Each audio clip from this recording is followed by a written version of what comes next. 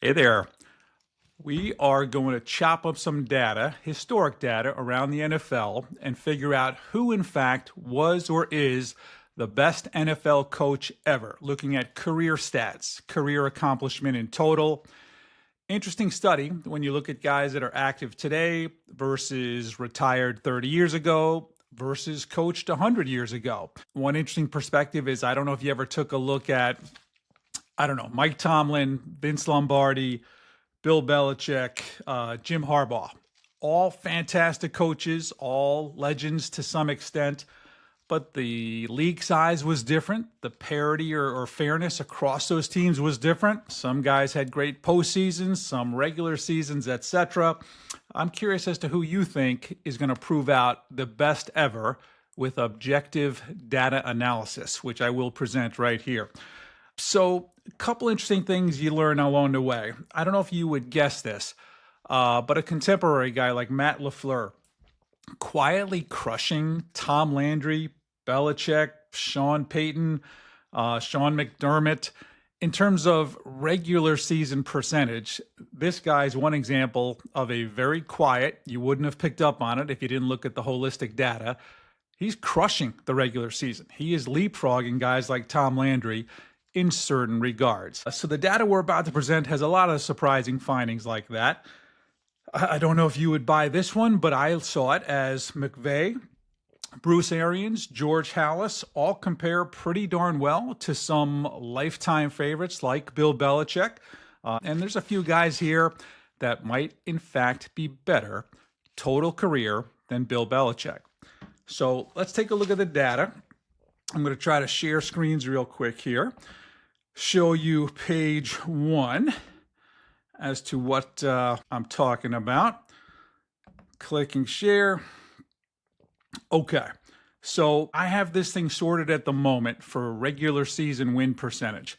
And as you can tell, Guy Chamberlain is at the top of that list with a 78% regular season win percentage.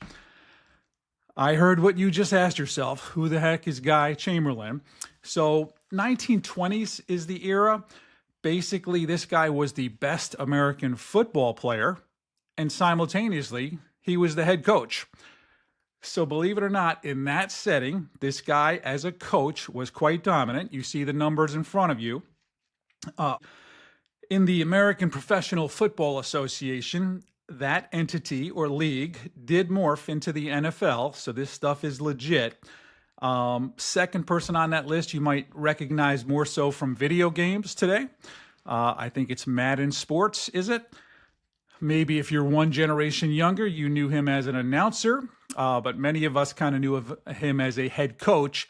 He came in with a 76% regular season win percentage, so maybe he ranks among the best of the best. Present day NFL fans, I mentioned Jim Harbaugh, I mentioned Matt LaFleur.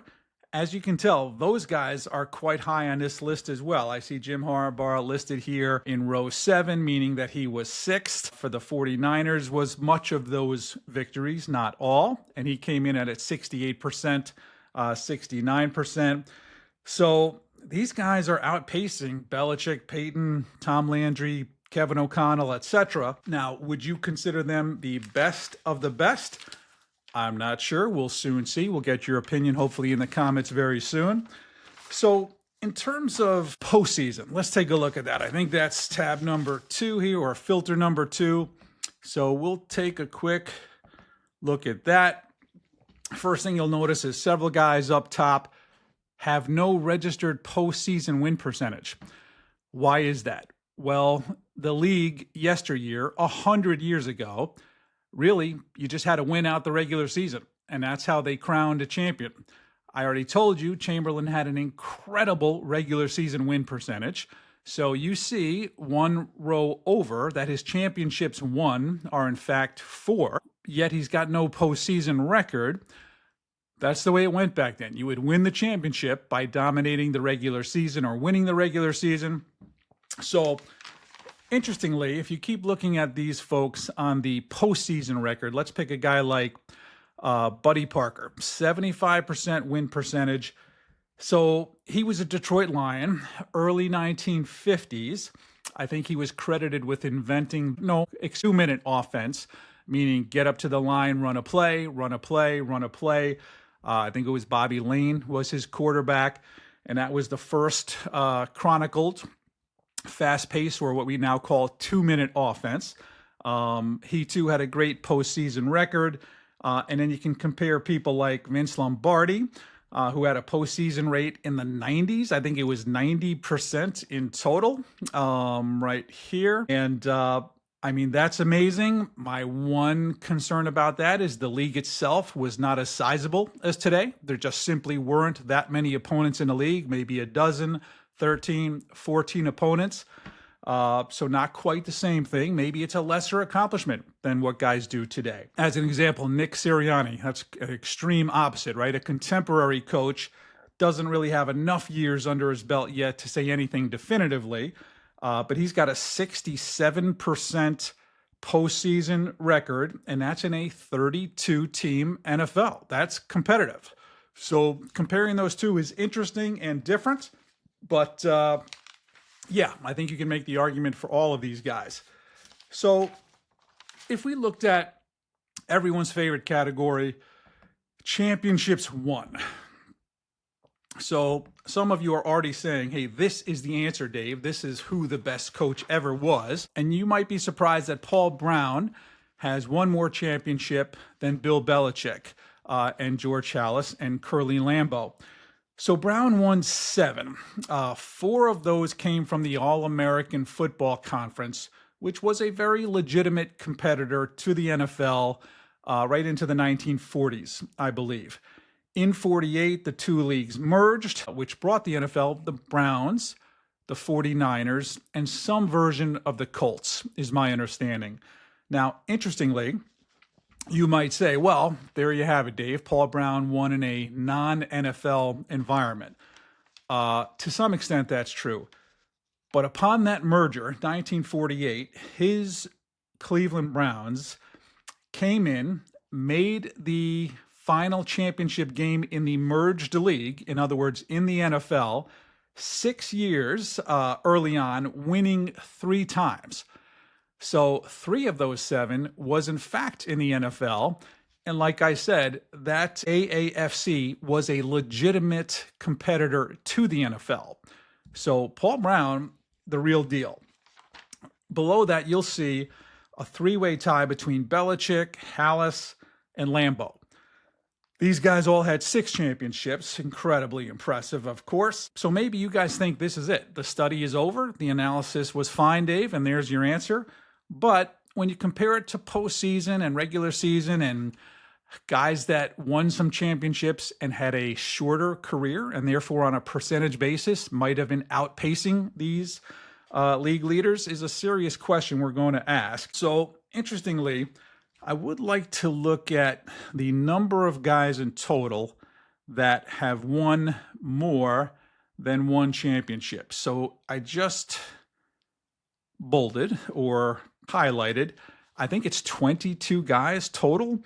As you can see, so Paul Brown, Bill Belichick, George Halas, Curly Lambeau, Vince Lombardi, Guy Chamberlain, Chuck Noll, Joe Gibbs, Bill Walsh, Andy Reid, Don Shula, Buddy Parker, Jimmy Johnson, George Seibert, Tom Coughlin, Hank Stram, Bill Parcells, Mike Shanahan, Tom Landry, Jimmy Konzelman, Ray Flaherty, and Steve Owen. That's it. That's the historic list of guys with more than 1 championship. So that's a pretty big hint here as to where we're going. Does that eliminate all these other guys? Not quite. But if you've not, in fact, won a championship, period, you might find yourself eliminated sooner than later on our analysis here. Yeah, so those 22, incredible. Congratulations. So in total, this list has 61 guys. We are going to reduce that to 41. I'm going to do that by clicking the next tab here.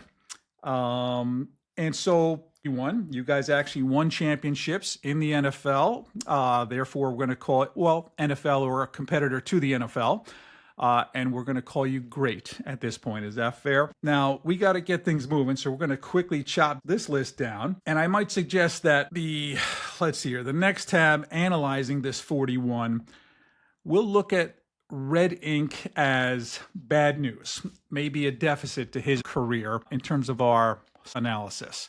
By the way, my analysis is terrible, can hardly read out there in the internet web pages, not particularly great about double checking facts. So I might have exaggerated with our professional data analysis claim. Anyway, so looking at this list, we have filtered on the right filter to get the least to most championships relative to the number of seasons he has coached.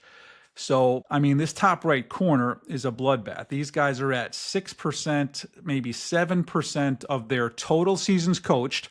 They won. Fantastic. They made the great list, but are they going to rival those other numbers we touched on earlier? I don't think so. So we're in fact eliminating Sid Gilman, Pete Carroll, Mike Holmgren, Mike McCarthy, Sean Payton, John Harbaugh, Mike Tomlin, Mike Ditka, Tom Landry, Bill Cowher, Buck Shaw, Tony Dungy, Steve Owen, Don Shula, and Tom Coughlin. By virtue of being 7-8% or less of the time, you are pumping out a championship relative to the seasons you coached. You will see a little bit of red ink at the bottom. Two more guys. Sirianni, I already praised, but he's only coached 4 complete seasons. I think that's identical for Barry Switzer, which is notable here in these numbers. So, guys, you won at a 25% clip. I was tempted to keep you on this list, but you only did it for 4 total seasons. We got to draw the line somewhere in terms of comparing you to lifetime greats. But fantastic careers, and that was the science between that or behind that elimination. Let's see here. So sticking with tab 3, heck, let's just jump to tab 4, which is cutting this list of 41 down to 24. I think we showed you the red ink as to how we got here.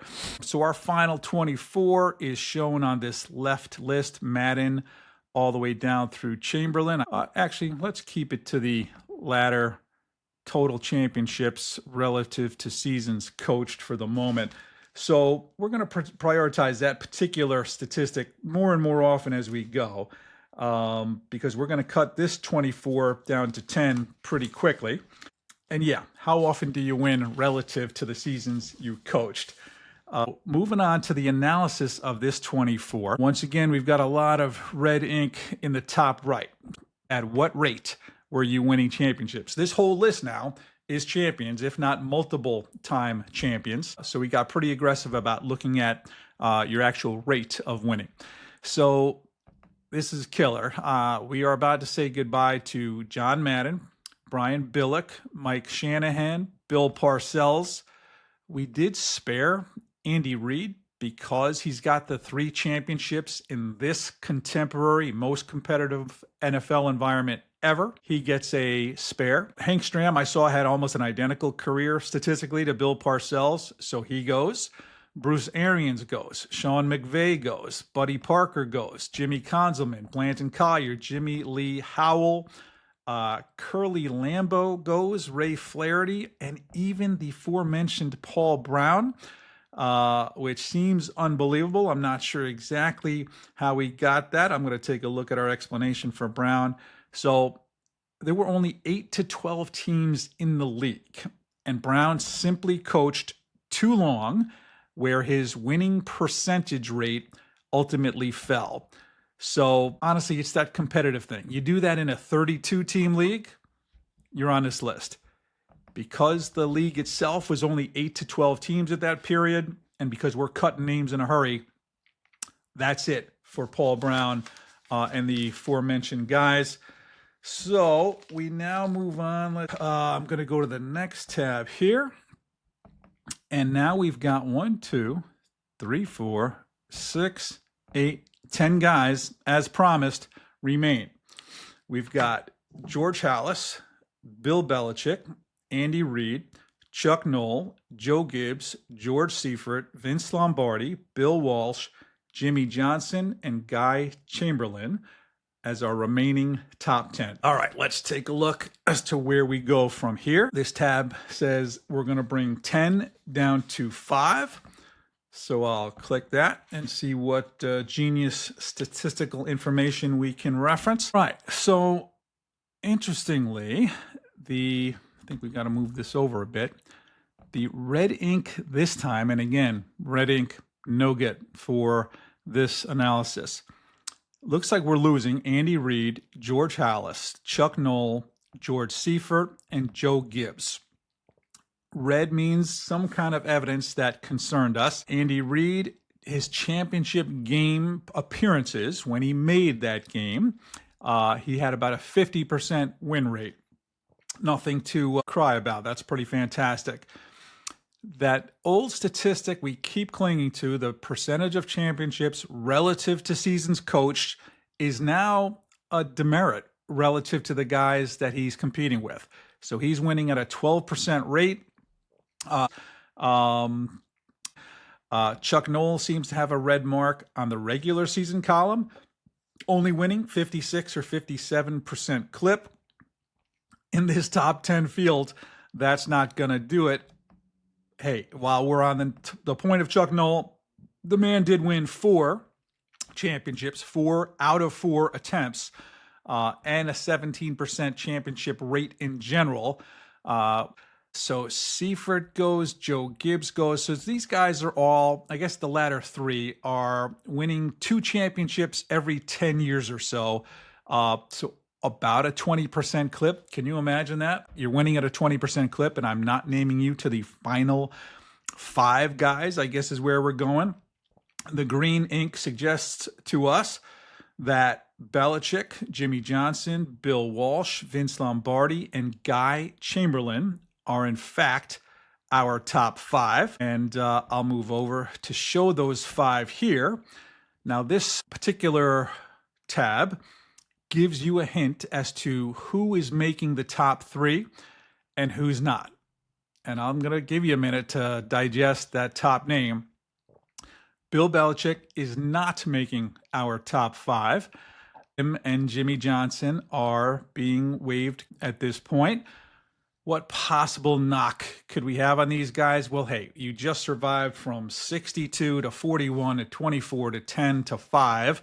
No one's knocking you. But Jimmy Johnson only had a 56% regular season rate. He did win championships at a 22% clip. Extremely impressive, and that's partially because he only coached the 9 seasons. He went 2 for 2 in the final game. Great record. Belichick, interestingly, coached 3 times as long. Identical percentage of championships relative to seasons coached. But look at the bottom 3 guys. I mean, Lombardi won at a 50% clip. Literally coached 10 years, won 5 times. Bill Walsh won at 30% clip, and that's in the contemporary era. I think there was 28 NFL teams at that point. He only coached 10 years. He went 3 for 3 in the big game. Guy Chamberlain, such an anomaly. The league was smaller. His team was absolutely dominant. He was, in fact, the best player in the NFL and really in the U.S. in this professional game. And simultaneously was, in fact, the head coach. And he won at a rate of nearly 7 championships every 10 years. Specifically, 4 for 6, I think, is the actual statistic. So there's your 5. As promised, our final 3 said goodbye to Bill Belichick and Jimmy Johnson. Now, I mean, where do we go from here? Bill Walsh, Vince Lombardi, Guy Chamberlain. Quick comments on each. Walsh did win 3 times out of 10 years in this era, give or take. Lombardi won at a better rate than that, but there were only 14 teams in the league on average when Vince was coaching. Guy Chamberlain, there was an average of 18 teams in the NFL, even though it was many years earlier. And he had that weird dynamic of being the best player in the country at the same time. So here's where we throw you a little curveball. I broke this down to 3, but the next tab here shows we are adding a mystery man or coach back to the list. We took the privilege of being human, objective, removing ourselves from strict data methodologies, and just took a different view of data, maybe more holistic. Anyway, we did in fact add one more person. Would you guess whom we may have unfairly stricken from this analysis prior? Go ahead, take a guess. I think a third of you have it right already. Going to the Final Four, you now see Bill Belichick is back on the list.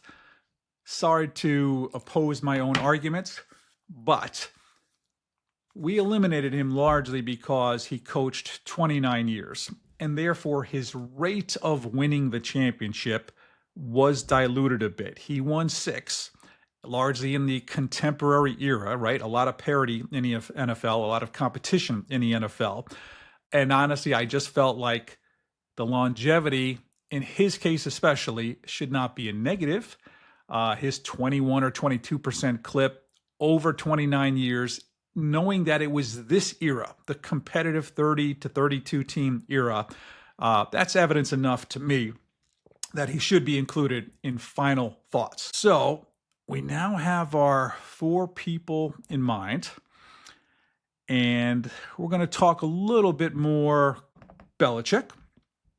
So Belichick himself, he won 6 Super Bowl championships in this era.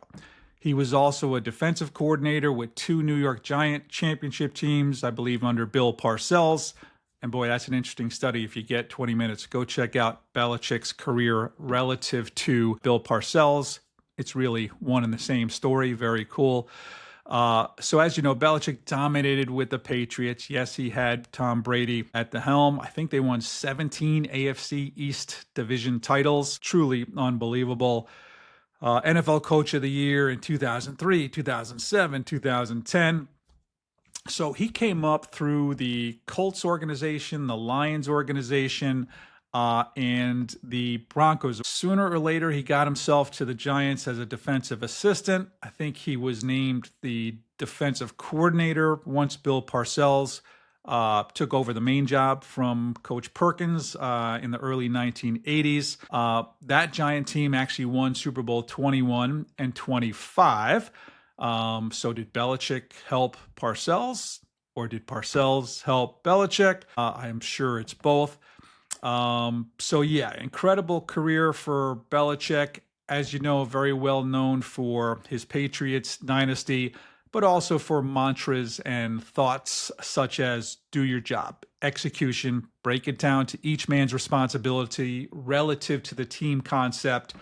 And if in fact you get complete buy-in and execution with proper practice, maybe the gentleman had a point. So that's Belichick. Let's quickly take a look at, Mr. Chamberlain. Chamberlain was a Nebraska guy going back to 1913. He was halfback. He was defensive end. I believe he was more dominant on defense than the halfback position, as best I can recall. All-American every year, got involved with the Canton Bulldogs, the Decatur-Chicago Staleys. I think that Decatur-Chicago team played baseball in the summer, also an incredible baseball player. So this guy was an unbelievable athlete when this game was truly just taking form in this country. And as I mentioned, he ended up coaching his own teams and became an incredible statistical phenom in terms of their winning percentage. So truth be told, if you look at how dominant those teams were, I think there was, for a brief time, 10 teams in the league, maybe a dozen. Ultimately, he averaged 18, so it was a legitimate presence, but the financial advantage of certain teams over others and the talent advantage of a couple of teams compared to the other 10 or 14 that were competing, if you take a moment to study, it did not have the parity, nor rules to invite parity like we have today. So I do have some concern that, hey, financially, the resources, the talent access was not, in fact, a balanced league as we enjoy today. I didn't watch those games or seasons, but I'd be curious as to what your thoughts were. Moving on, we'll take a quick peek at Coach Walsh. Coach Walsh came up through Stanford University, right? Adjacent to the 49ers, geographically there in San Francisco. He won 3 Super Bowls in that 10-year career, as we mentioned. I think he has since stated that he quite regrets retiring after 10 years in the pro game.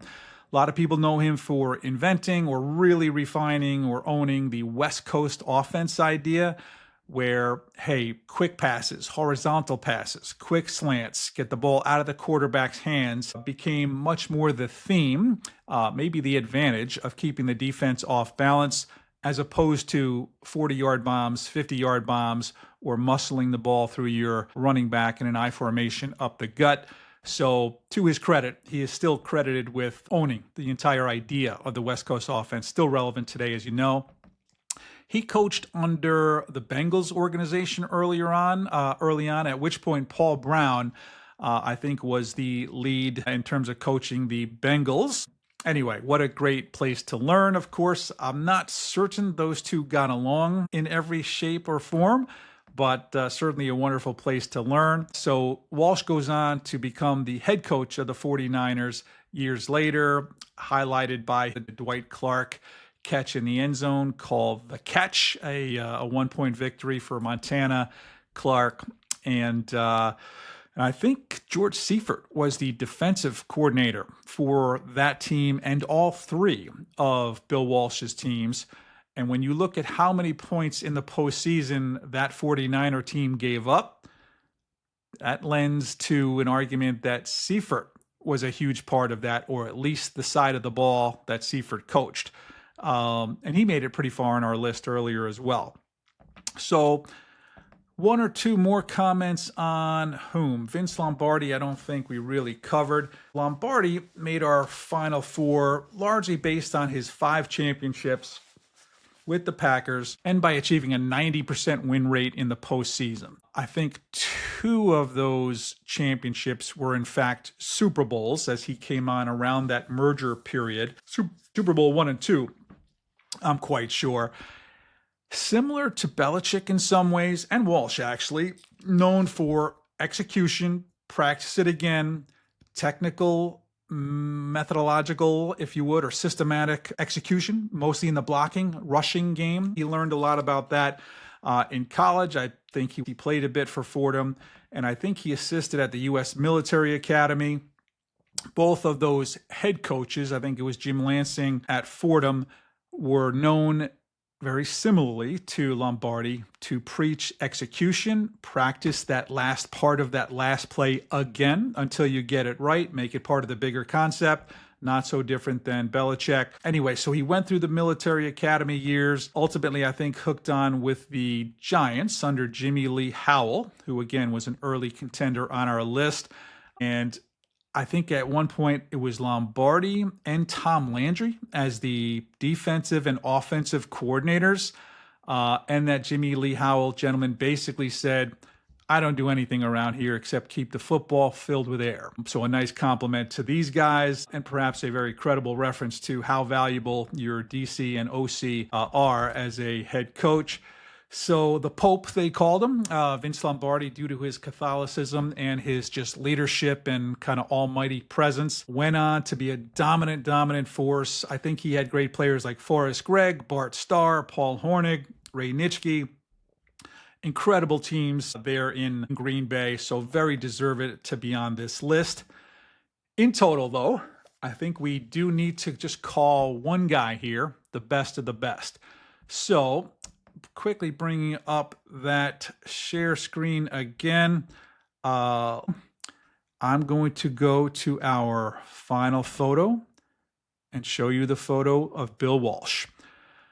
So Bill Walsh gets our nod, and that is largely because that 30% win rate that we mentioned was in today's era. 20, maybe it was 28 teams, maybe it was 30, not the full 32 from today.